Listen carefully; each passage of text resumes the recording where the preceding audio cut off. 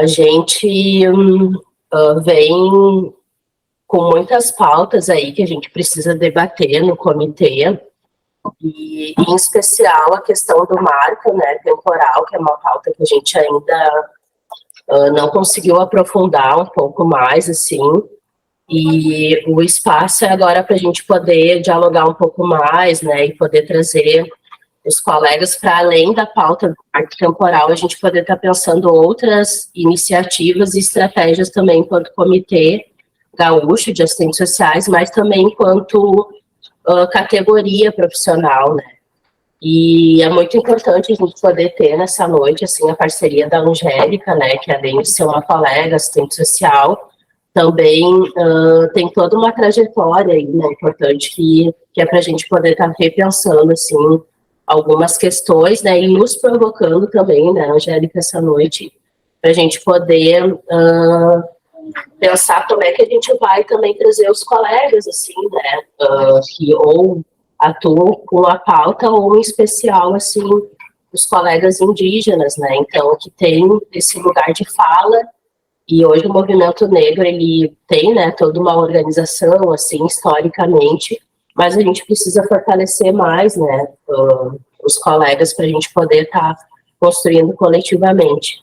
Então, a gente combinou, né, uma fala, assim, de uns 20, 25 minutos, né, de cada um dos convidados, e aí depois a gente abre para os debates, porque é importante a gente poder também, né, ter essas perguntas, né, esses questionamentos, e a partir daí também a gente pensar enquanto comitê outras questões, né, então acho que a gente pode iniciar com a Angélica, né, a fala da Angélica, e aí depois o Rodrigo, então já passo a fala para a Angélica, né, e de antemão, assim, agradecer a parceria de vocês nesse tempo hoje, né, assim, tá batendo água em Porto Alegre, a gente tá com toda a questão aí que a gente está vivenciando no Rio Grande do Sul, né, então, de agradecer, assim, de vocês poder se colocar à disposição de vir hoje com tudo que a gente está vivendo também aí no estado, então, já passo a fala para ti, Angela.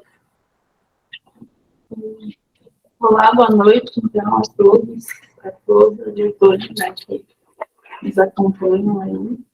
Já queria agradecer também, né, desde já o convite, assim, para estar compondo, né, no dia de hoje, e trazer essas importantes discussões, né, que tem relacionado, né, da pauta indígena. Eu acredito que seja super importante nós trazermos, né, para a categoria profissional, né, nesse debate. Eu acho que, enfim, né, para além, né, do que a gente vem construindo, né, é muito importante a gente poder pensar, né,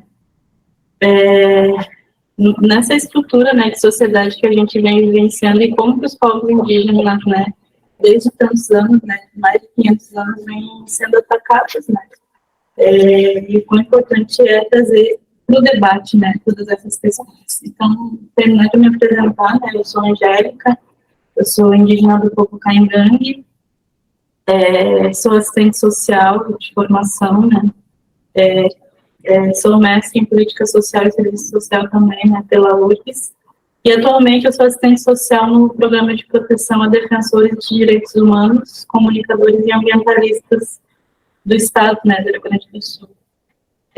Também, né, estou no doutorado em educação na URGS, né, eu acabei de entrar no doutorado também, né, e é de toda essa trajetória, né, que a gente vem vivenciando, e não há como separar toda a minha trajetória, né, enquanto indígena, enfim, das várias vem provando, né, e dessa minha questão, né, de ser e estar assistente social também, né, não há como separar isso, né, em toda a minha trajetória de vida e vivência, né, há como trazer todo esse debate, né, e é o que eu tenho pautado desde a graduação, assim, né. Essas são as lutas dos povos indígenas a partir das minhas vivências, né, nesse enfrentamento na sociedade como um todo, né. E acredito que o marco temporal em si, né, que é o tema do nosso debate hoje, ele vem afetando, de certa forma, a todos os povos indígenas, né, e a gente tem várias frentes de luta em relação a isso. Mas acredito que seja mais um, né, dos ataques que os povos indígenas, né, vêm vivenciando há tantos anos. A gente tem, né, várias mobilizações e a luta dos povos indígenas, de certa forma, conseguiu garantir vários direitos aos povos indígenas, a nós, né, e existiram várias transformações, né, dentro de toda essa perspectiva dos direitos dos povos indígenas. No entanto, né, a gente precisa ainda lutar para que esses direitos eles sejam efetivados e a sociedade como um todo possa vislumbrar isso, porque o desconhecimento, né, em relação aos povos indígenas, a luta dos povos indígenas, e é tudo que os povos indígenas têm de contribuição na sociedade, né, então há ainda, né, uma luta bem grande aí dos povos indígenas para que, de certa forma, pôr essa transformação na sociedade como um todo. E nós, né, estamos aí nesse sentido, né, de trazer todas essas potencialidades dos povos indígenas em todas as esferas, né, seja no campo da educação, né, do conhecimento, né, mas em todas as áreas. E acredito que isso seja muito importante, né, nós debatermos. Eu vejo, assim, que a categoria profissional como um todo, né, enfim, desde o Cefes ao CRES, assim, tem feito um movimento de aproximação da luta dos povos indígenas, né. Eu acho que existe um marco aí para nós também, enquanto profissionais, principalmente, né, enfim, do que eu venho acompanhando, né, na época da pandemia, assim, quando a gente começou essas aproximações, né. Há ainda um caminho bem longo a ser percorrido, né? E aí a gente tem também a articulação, né, nacional do serviço social e os povos indígenas, né, o qual compõe também vários assistentes sociais indígenas e também pesquisadores, né, da questão indígena e que atuam, né, diretamente na questão indígena. E aí também tem se criado esse grupo, né, é uma semente aí que foi lançada, né, e está se construindo, né, essa articulação aí, e vem compondo, então, essa aproximação, né, que é de suma importância.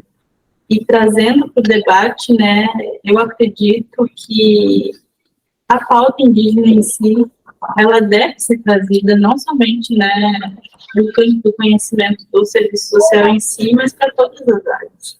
Porque, querendo ou não, a luta dos povos indígenas ela é essencial no sentido de uma transformação da sociedade, né? E essa é a pauta central que a gente traz, assim, né? De que sociedade nós queremos, né, para nós. E os povos indígenas estão aí desde o tempo da invasão falando sobre isso, trazendo todas essas pautas, né? Então, não há como não trazer os povos indígenas, né? Se a gente pensa uma sociedade livre da exploração, né, não há como a gente não debater isso, né, porque já começa na origem do nosso país, né. Eu sempre trago isso, né, dessa colonização que se teve, dessa invasão que se teve, né, aos territórios indígenas e que ainda hoje ela ocorre de outras formas, de outras maneiras.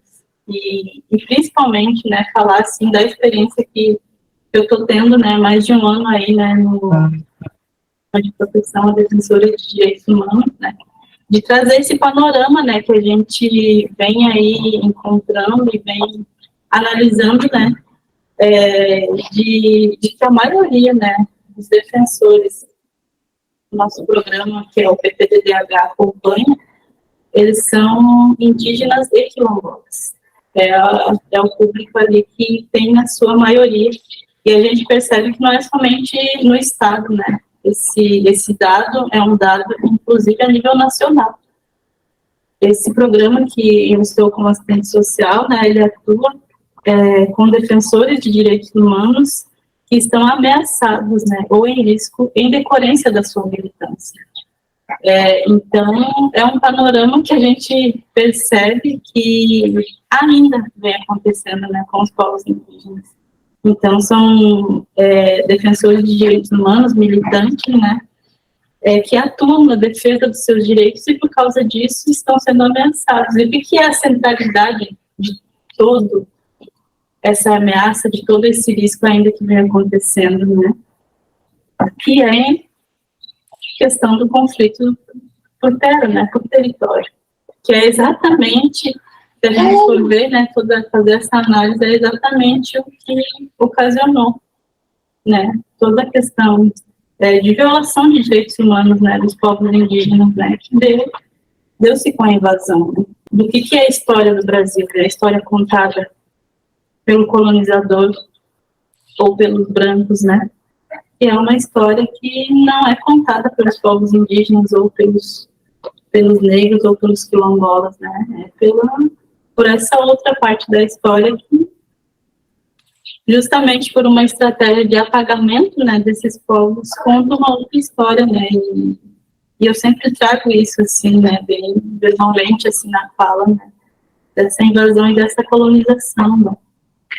E o que vem, né, por trás de toda essa questão? Aí vem os interesses, né, porque é uma disputa muito grande, né, em relação, principalmente, né, à terra.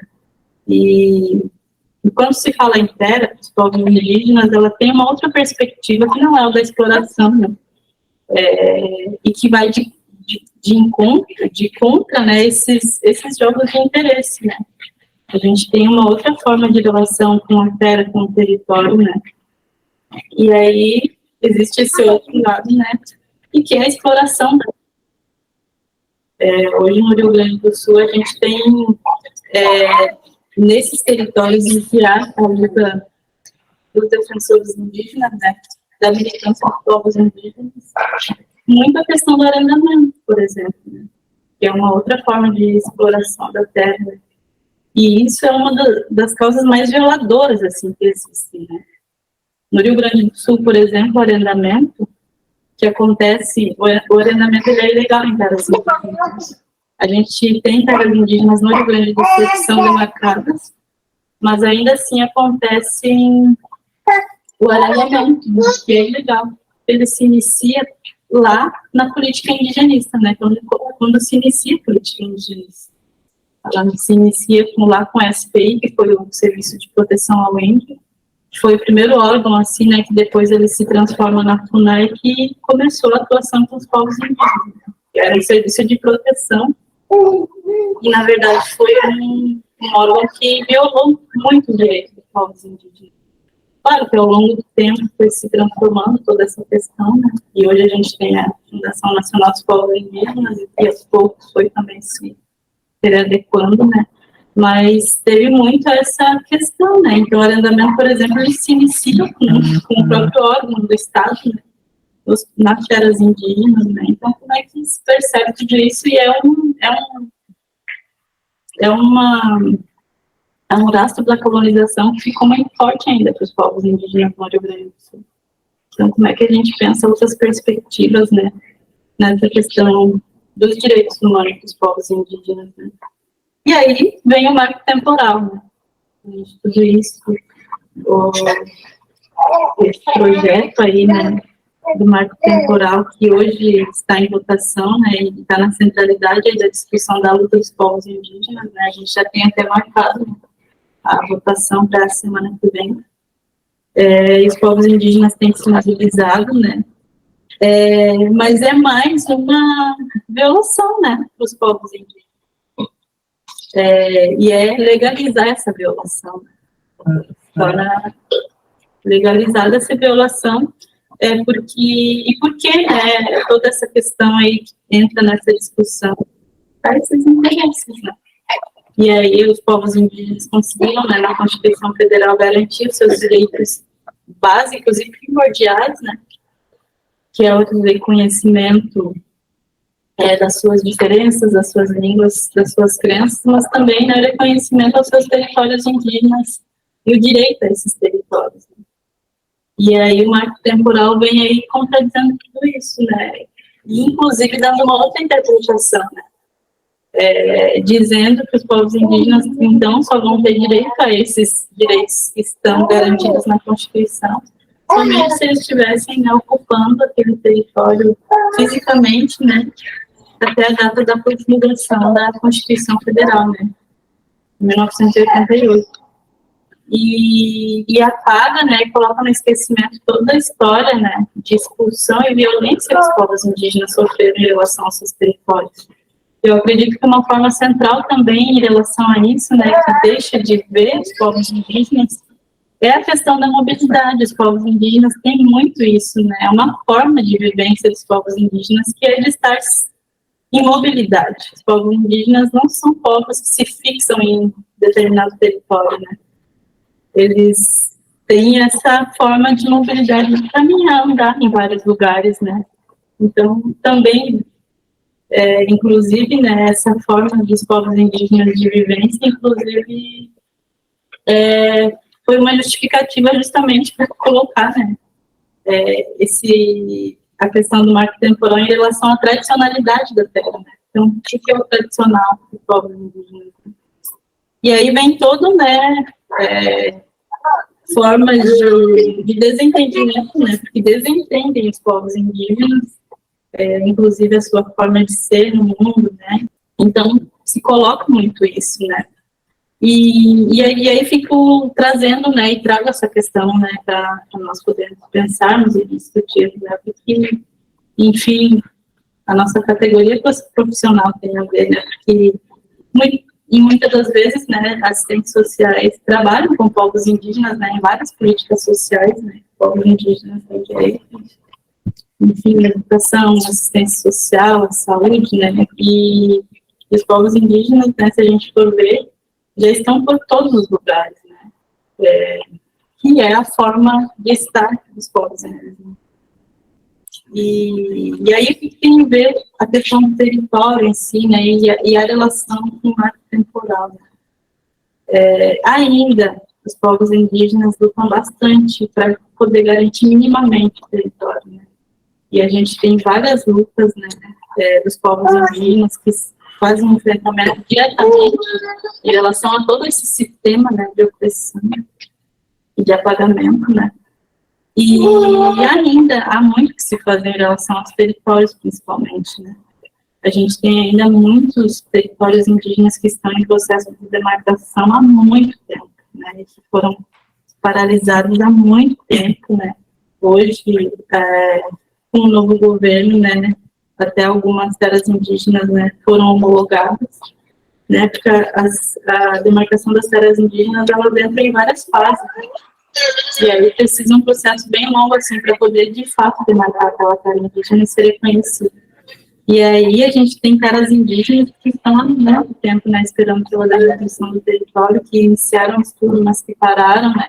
A gente tem uma FUNAI muito defasada, que não consegue dar conta disso, né, porque a competência é da FUNAI, até todo esse estudo e reconhecimento, né, das terras indígenas. A gente tem, né, territórios indígenas em contexto, né, no urbano, que é uma outra forma também da mobilidade dos povos indígenas, né, e de estar, né, no mundo, e várias retomadas, né, que são as que então se inicia o processo de demarcação, mas que estão em beira de estrada, por exemplo, sem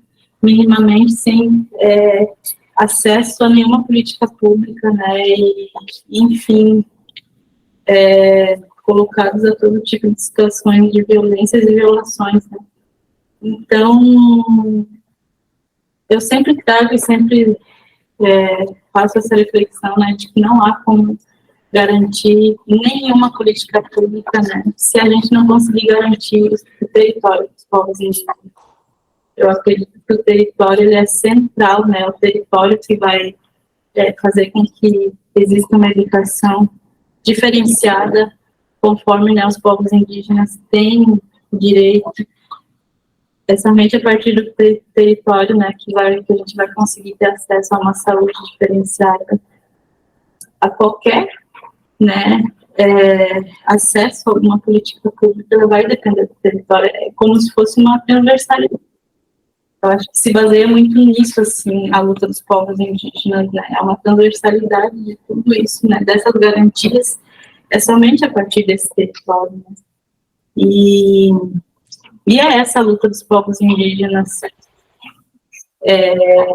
trazendo, né, de toda essa forma aí, Então, às vezes eu fico pensando, né, da sociedade como um todo pautar essas lutas, né, e a gente sabe que tem um grande desafio ali para todos, eu acho, né, os povos indígenas em si, né, fazer com que se chegue ao máximo de pessoas possíveis, né, essa luta dos povos indígenas, porque nas universidades, por exemplo, né, que é um espaço que eu caminhei bastante, lutei bastante, luto bastante ainda, né, para que se tenha minimamente esse conhecimento dos povos indígenas dentro da universidade, porque a gente sabe que nos currículos, por exemplo, não existe nada relacionado aos povos indígenas, né, e isso acaba defasando bastante todos os profissionais na sua atuação e como a gente vai pensar essa sociedade, né. E aí, porque as pessoas acham que em nenhum momento, se eu não vou trabalhar com os povos indígenas, então não preciso, né, ter esse conhecimento, né, em relação aos povos indígenas, ou me capacitar, né, para atuar com os povos indígenas, mas a gente precisa pensar, né, que essa luta dos povos indígenas é a luta pela vida, né. A gente vê toda a questão da crise climática hoje acontecendo, a gente vê aqui no nosso estado tudo que está acontecendo, né. E o que tem a ver os povos indígenas com isso, né? A gente sabe, assim, e há estudo e comprovação de que os povos indígenas, na totalidade do nosso território brasileiro, né, eles protegem 80% da biodiversidade, né, da fauna e da flora. Né? Então, o que isso tem a ver com nós? Né? Não há como a gente não pensar formas e estratégias, né, de atuação com os povos indígenas, né, ou de aprendizado, né, porque a sociedade como um todo depende disso, né, essa luta, ela é uma luta para todos, né, independente, né, da sua crença ou do tipo, né, de pertencimento que se tem, né, porque é uma luta que inclui a todos nós, né, e é nesse sentido, assim, que vem caminhando a pauta indígena, né. A gente tem muitos avanços, né, não há como dizer dos avanços que a gente tem, inclusive, né, com a criação do Ministério dos Povos Indígenas hoje, né, com vários indígenas, né, inclusive uma ministra indígena, que nos representa muito, né, mas ainda a gente precisa avançar muito na sociedade em relação a essa temática, né, como uma pauta nossa, né, uma pauta que a gente possa estar trazendo, estar falando, né, e como que a gente dá voz também aos povos indígenas, né? Qual que é o nosso papel nesse sentido também? Eu acho que as redes sociais têm contribuído muito também, né, para esse alcance, né, de outras pessoas, da luta dos povos indígenas. E tem sido uma transformação, porque os povos indígenas, por séculos, foram muito oprimidos.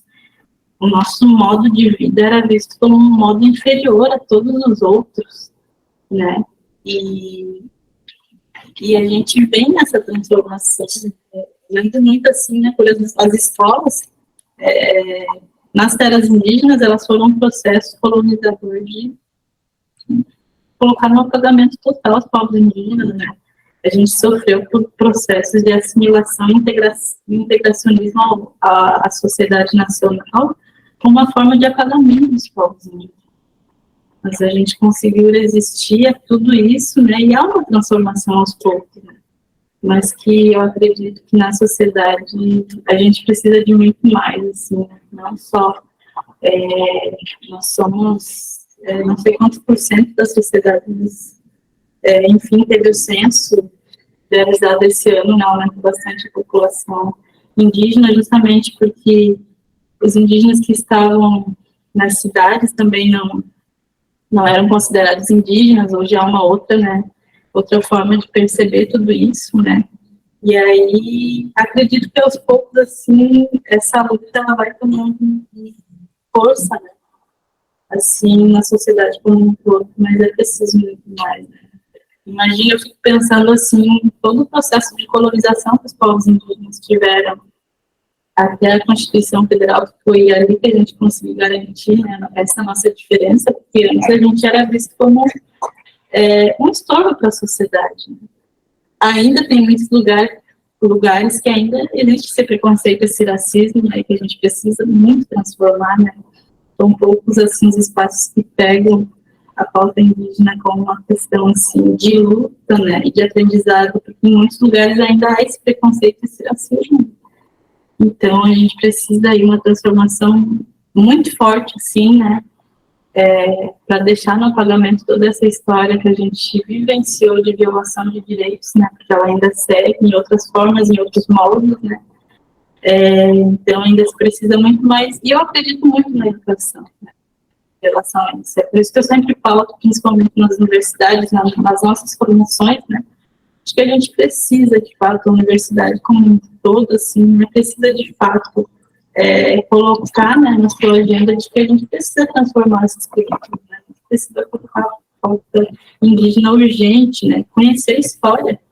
É uma coisa bem básica, assim, né, que, enfim, a gente já tem leis aí que garantem, né, para as escolas toda essa questão da história dos povos negros e indígenas, né, mas a gente precisa ir muito mais, né, a gente precisa dos profissionais em várias áreas, né, profissionais indígenas atuando em várias áreas, e é isso também na universidade, né, pensar a universidade nesse sentido também, né, a formação como um todo, né, pensando em trazer, de fato, né, conhecer essa nossa realidade, né, a realidade que é a nossa, né, que é a do Brasil, que é do nosso estado, né. E eu acho que é um pouco disso, assim, né, que eu queria trazer, enfim, né, acredito que seja que deva ser uma continuidade nessa aproximação com a pauta indígena, né, lutando e tudo mais. Eu acho que é necessário, né, é urgente, assim, poder pensar tudo isso, né.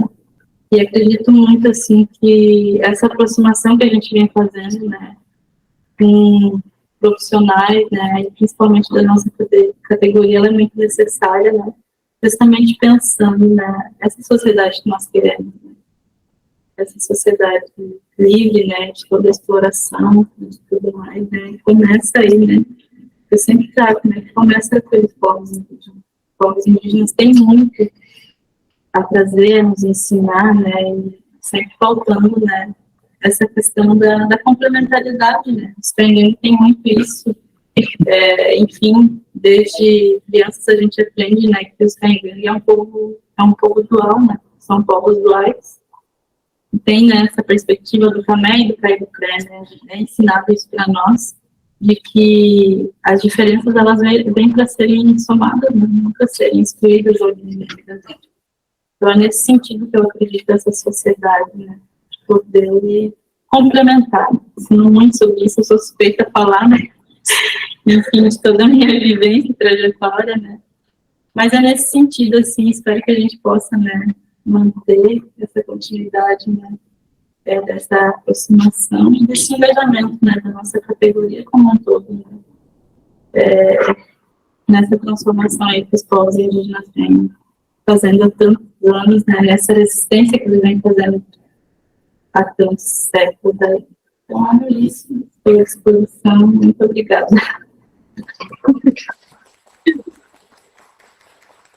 Uma alegria, satisfação estar aqui, né, no CRES, junto contigo, com a Angélica, né, já se conhece de algumas lutas sociais, né, não é de hoje, e é um tema, eu acho que importantíssimo, e tem tudo a ver a gente debater aqui no CRES, porque se a gente não garante o direito à terra, ao território desses povos, a gente está contribuindo para a desagregação social, né, e essa desagregação social é que vai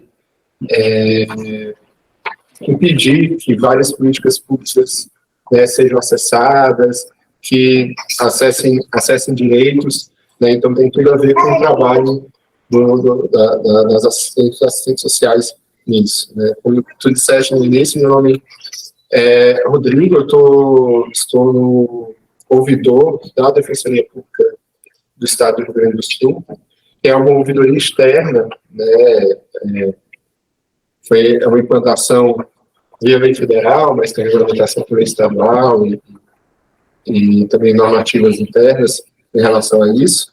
e que é uma ouvidoria eleita pela sociedade civil para um mandato de 2 anos, né, justamente para fazer, para além do atendimento da população, essa interlocução com a sociedade, né, desses debates de interesse, né, públicos e de acesso à justiça, né, mas, né, bem pertinentes ao que é da instituição. E falando um pouco de mim, do que tem para contribuir nesse debate, né, agora estou licenciado como advogado pela função da ouvidoria, mas desde 2003 eu advogo para movimentos sociais e para organizações, inclusive também para os movimentos indígenas, né, e participando de uma rede nacional, que é a Rede Nacional de Advogados e Advogadas Populares, a RENAP, que também trabalha para diversos movimentos sociais, inclusive também o movimento indígena, e que a gente acompanha essas causas por todo o Brasil. Eu sou originalmente do estado do Ceará, mas moro aqui desde 2015. O Ceará também já acompanhava causas dos povos originários, né? Inclusive fiz a defesa da terra indígena Córrego João Pereira, que foi a primeira terra indígena demarcada do estado do Ceará, quando quiseram tentar anular essa demarcação. Né? E chegando aqui no Rio Grande do Sul, eu me dediquei, né, também à questão acadêmica e sempre a ver com a questão indígena. Depois, quando no mestrado, eu estudei o que aconteceu com os indígenas Krenak ali no estado de Minas Gerais durante a ditadura civil-militar e a ditadura empresarial civil-militar. E que ela é um debate muito pertinente ao que a gente está falando agora sobre o marco temporal. Por quê? Porque é que não pode, um dos motivos que não pode se aceitar que o 5 de outubro seja um marco de alguma coisa, né? Ele é um marco positivo de cidadania, de efetivação de direitos, mas não pode ser um marco negativo para negar direitos. Porque justamente o Brasil vinha num processo de redemocratização cujo marco para a democracia é a Constituição de 88, ele é fruto de uma luta que também participaram, né, os povos indígenas estavam lá presentes na Constituinte, lutando pelo artigo 231, pelo 232, né, tem forte mobilização sempre lá em Brasília para isso, contribuição com o texto, e não estavam, porventura, alguns povos nas suas terras, porque eles foram retirados à força, não só, principalmente ali na época da ditadura, mas não só, até de momentos anteriores, como foi lembrado aí na questão do SPI. E depois, no doutorado, agora na Universidade de La Salle, eu também estudei especificamente os indígenas do Rio Grande do Sul e a ditadura empresarial civil-militar, né, que todos os danos que causaram e as remoções forçadas, né, isso identificado pelas CPIs de 1967 da Assembleia, de 1968 do Congresso Nacional, que não conseguiu terminar por causa do AI-5, a CPI de 1977, todos os tribunais russos que ocorreram e o relatório Figueiredo, o que mostra que os indígenas não estavam ali exatamente naquele território, não por sua vontade própria, mas por uma política violadora, uma política colonial, né, que se estendeu. A gente tem que lembrar que em 2019, quando iniciou o governo federal, a gestão passada, que tinha um presidente que dizia que não ia demarcar nem 1 centímetro de terra indígena, foi feita uma matéria sobre as terras indígenas do Rio Grande do Sul. E foi visto que o Rio Grande do Sul era o estado da federação que tinha mais processos de demarcação pendentes, né, da federação. Então, isso é algo muito grave o que mostra que, na verdade, precisa-se promover o direito ao território e não tentar limitar esse direito. E é um debate, como a Angélica bem falou, sobre que sociedade a gente quer construir, né? Se é uma sociedade plural, uma sociedade que promove direitos, promove a inclusão das diferenças, né? Que é uma riqueza, né? Na área de dizer assim, é da condição humana da pluralidade, então a gente não pode tentar padronizar, e é uma disputa com todo o modelo que se construiu, infelizmente, no país, né, que é o modelo de colonização, de padronização, pelos interesses do mercado, pelos interesses de fora, né? Na verdade, sempre foi uma marcha, digamos assim, colonizadora para conquistar a terra e submeter povos, submeter no sentido de trabalharem para esses empreendimentos econômicos que eles não são os maiores beneficiados, ou exterminá-los se eles não se adequarem a isso. Tanto que o primeiro nome do SPI, lembrado aqui pela Angélica, né, o Serviço de Proteção ao Índio, na época, que se dizia, né, era SPI-LTN, que era Serviço de Proteção ao Índio e Localização do Trabalhador Nacional, porque a ideia era transformar, né, todo mundo para empreender e trabalhar, né, nesses empreendimentos que os maiores beneficiários ainda são a elite brasileira, né, e não os povos. E aí, especificamente no debate jurídico, a gente vê que não tem pé nem cabeça quem defende o marco temporal, se divide, né, quem defende o marco diz que está defendendo o fato indígena, né, o fato de o indígena estar naquele tempo lá do 5 de outubro, e então é uma negação de toda a existência, de todo o processo histórico, né, e se restringe a simplesmente a um fato, é uma redução violadora, é uma redução criminosa. E quem é contra o marco temporal, né, é a teoria do indigenato, né, que a terra é originariamente dos indígenas. E para quem quer se referenciar na cultura e na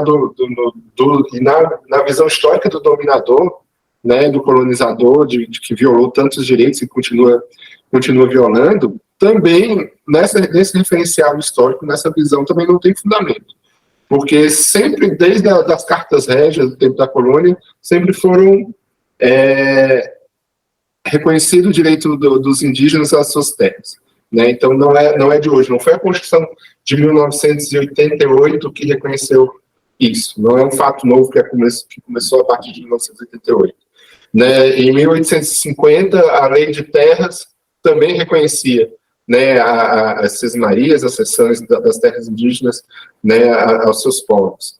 Depois, a partir de 1934, todas as constituições vem prevendo o direito à terra dos povos indígenas. Então, inclusive, por esse viés, não tem fundamento, né, escolher o 5 de outubro de 1988 como marco para a inauguração do direito, se esse direito também já era formalmente, né, reconhecido pelo Estado brasileiro há muito tempo, e antes de ser Estado brasileiro, quando ainda era colônia, também era reconhecido pelo próprio colonizador isso. Então, não há fundamento.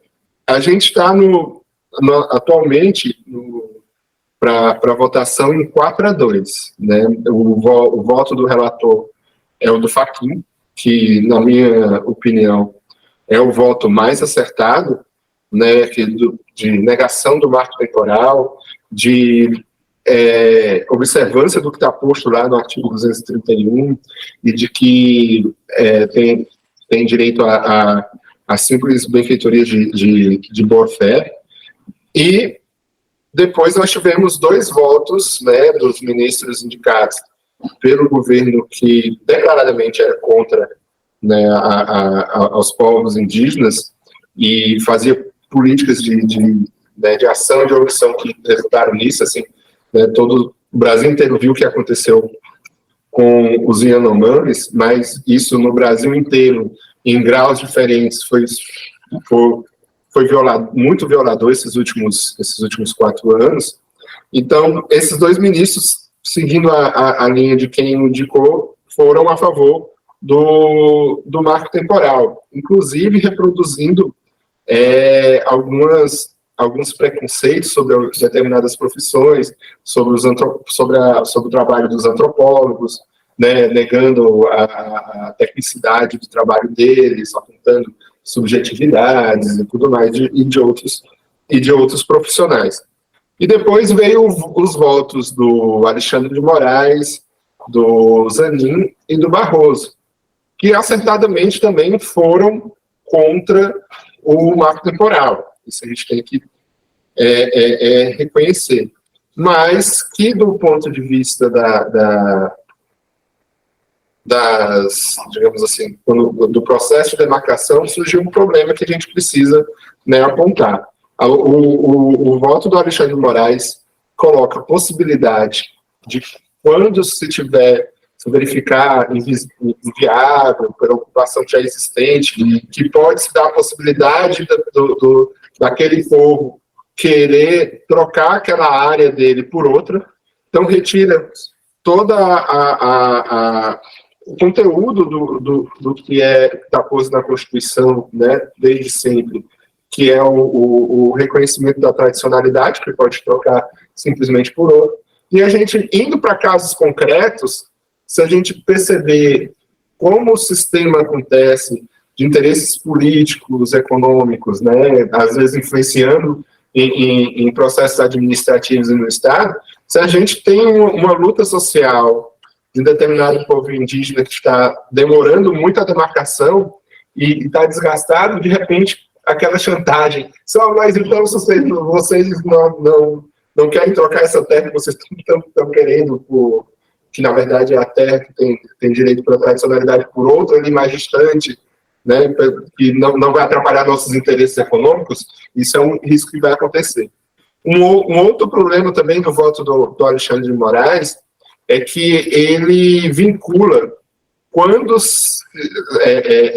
por acaso se entender que a ocupação, né, daquele território indígena ocorreu de boa fé, que tem que haver uma indenização prévia, inclusive da terra nua. Então, o valor vai ser, a depender da situação e do local, um valor altíssimo, que vai inviabilizar que o processo de demarcação avance, que os povos possam ocupar o seu território de forma tranquila e desintrusada, né, porque não vai ter o valor para fazer aquela indenização prévia. E quem é que vai decidir se foi de boa fé ou não foi de boa fé? Vai ser de caso a caso, por instituições que, infelizmente, claro, honrosas e exceções, mas são instituições conservadoras, na sua maioria, de perfil, né, e de relações mais com o pensamento dominante do país, que sempre foi, digamos, de contrário aos interesses e aos direitos dos povos originários. Isso a gente precisa ter muito cuidado, né? E se a gente tem um governo agora com maior sensibilidade, a gente tem que perceber que dessa alternância democrática a gente teve há pouco tempo um governo que não, né? Então a gente precisa ter esses parâmetros muito, muito claros. E a preocupação é que esse entendimento da indenização prévia é o que, embora o marco temporal caia, o procedimento de demarcação pode ficar inviável. E a votação que está seguindo para legitimar esse voto do Alexandre de Moraes e não o voto do ministro Edson Fachin. Então, o Zanin votou dessa forma e o Barroso votou dessa forma. Esse é um risco. Um outro voto que a gente ainda não sabe, porque não foi declarado, mas por todo o debate que já ocorreu, e é muito preocupante, é o voto do Gilmar Mendes, mas pode ser que ele surpreenda, mas ao que tudo indica por todas as falas dele é de defesa do que ocorreu da condicionante da Raposa Serra do Sol, quando surgiu esse debate recentemente, né, porque esse debate já vai e vem há algum tempo, do marco temporal no Supremo Tribunal Federal, ele colocando entendimentos, né, que pelo movimento social é apontado como, eu vou dizer o eufemismo, como equivocados, de que os interesses das mineradoras, o interesse do agronegócio é que vai fazer desenvolver aquele território, aquela terra, e que não dá essas terras para esses grupos econômicos é o que vai fazer com que os povos indígenas estejam em situação de vulnerabilidade, uma inversão total do que é realmente, né, do que é a realidade, né, que o que a gente vê é o contrário. E, então, isso é preocupante, né, ainda estão faltando os votos do Gilmar, do ministro Luiz Fux, da ministra Rosa Weber, da ministra Carmen Lúcia e do ministro Dias Toffoli. Precisa-se mais de 2 votos para que a tese do marco temporal, né, não se sustente, mas também tem essa preocupação sobre esses outros 2 detalhes, da possibilidade de troca, que não está previsto na Constituição Federal, e dessa possibilidade de indenização prévia, inclusive da terra nua, que também não está prevista na Constituição Federal, e é uma contemporização que não pode ser ponderado, porque vai criar uma situação de, na verdade, insegurança jurídica para os indígenas e de violações de direitos. E o que a gente tem também, a gente tem que observar, então, que essa luta é por duas concepções de se tratar com a terra e de se tratar com o território. Se tratar da terra do ponto de vista simplesmente do ganho material e do lucro, e de se tratar da terra como uma fonte de vida, né? É esse o debate que está sendo travado no Supremo Tribunal Federal e que a sociedade toda deveria, né, estar observando e acompanhando, engajada em relação a isso. A Defensoria Pública da União entrou como amicus curiae, né, contra o marco temporal, né, nessas várias organizações indígenas, indigenistas e de outros movimentos sociais também, né, foi a grande maioria, mas também tem as organizações ligadas aos interesses econômicos do agronegócio contrários ao marco temporal. Uma realidade que a gente está vendo agora com essas chuvas, né, como foi falado agora no início do debate, e de todos os danos que estão causando, né, de temporais, de tormentas, de desabrigados e de destruição, a gente precisa sair do debate retórico de cuidado, de preservação com o meio ambiente e fazer ações políticas de fato, né, e jurídicas que possam garantir. E uma delas é garantir o território dos povos originários, né? Isso está provado em diversos estudos, o quanto o território na mão dos povos originários, o meio ambiente é mais preservado, né? E que não, quando não está na mão dos povos originários, isso está degradado. E tem os rios, né, aéreos, por exemplo, a gente fala como se fosse algo distante da Amazônia, mas é o que vai garantir a regularidade de chuvas aqui no sul do país, né, do continente, desses rios aéreos. Então, todo esse debate dos desastres que o Rio Grande do Sul está sofrendo, né, ambientais, dessas crises climáticas, é um debate que também tem a ver com o debate do marco temporal, de rechaçar essa tese do marco temporal com uma responsabilidade socioambiental que se deve ter com as vidas das pessoas, né? E não com o interesse imediato do lucro de determinados segmentos que não são a maior parte da sociedade. Então, era essas contribuições que eu queria deixar para o debate. Eu acho que a gente fica agora para as perguntas.